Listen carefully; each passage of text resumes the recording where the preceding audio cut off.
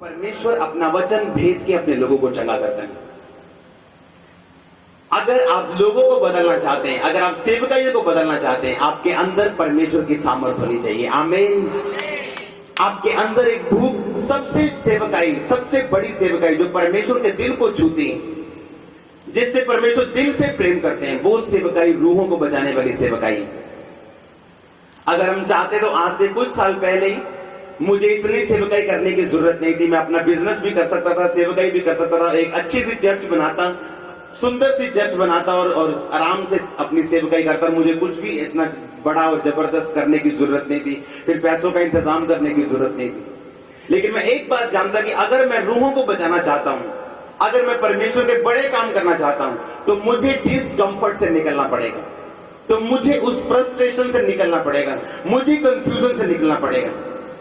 पहली बात जो आपकी जिंदगी में आती है अभिषेक आने के बाद, वो पहली बात कंफ्यूजन है।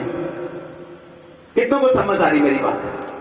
पहली बात जो अभिषेक उतरने के बाद आपकी जिंदगी में आती है वो कंफ्यूजन है। आप समझ नहीं पाएंगे आपने क्या करना है। लेकिन एक बात जो आपकी जिंदगी में होगी कि परमेश्वर का आत्मा आपकी अगुवाई करता जाएगा और आप चलते जाएंगे।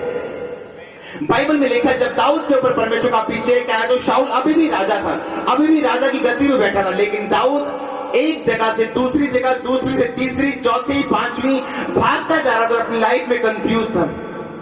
जिसकी जिंदगी में कंफ्यूजन नहीं आई उसकी जिंदगी में कभी बड़े काम नहीं हुए। अगर आप परमेश्वर में हैं तो आपको कंफ्यूजन आएगी अभिषेक आने के बाद।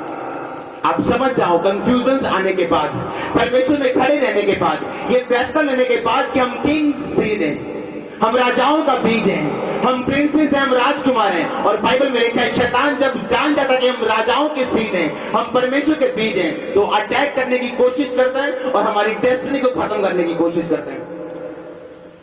हम तब सोच सकते हैं मेरे साथ ये क्या हो रहा है। अगर मैं राजा का बीज हूं, अगर मैं परमेश्वर यीशु मसीह की संतान हूं, तो मैं इस प्रॉब्लम से क्यों निकल रहा हूं। एक टाइम था मेरी जिंदगी में जब लोग लाइन लगा के प्रार्थना करवाने के लिए आते थे और मैं भी उसी लाइन में प्रार्थना करवाने के लिए आगे जाता था। सब हील हो जाते थे, सब चंगे होते थे, मैं चंगा नहीं होता था। भविष्यवाणियां होती थी, सबके जीवन में पूरी होती थी, लेकिन मेरे जीवन में पूरी नहीं होती थी। और मुझे ऐसा लगता था कि शायद परमेश्वर मुझसे प्रेम नहीं करते। लेकिन मुझे जब परमेश्वर के दास ने बताया कि ऐसा नहीं है, परमेश्वर तुझे सबसे ज्यादा प्रेम करते हैं और तुझे साबित करेंगे आने वाले समय में। जब परमेश्वर आपके लिए आपको गुड नहीं देता तो आपको बेटर देता है। और अगर बेटर ना मिले तो ध्यान अपने ध्यान को हटाने मत दो। आपके लिए बेस्ट तैयार है यीशु मसीह के नाम में। मैंने कहा आपके लिए बेस्ट तैयार है यीशु मसीह के नाम में। आपको एक बात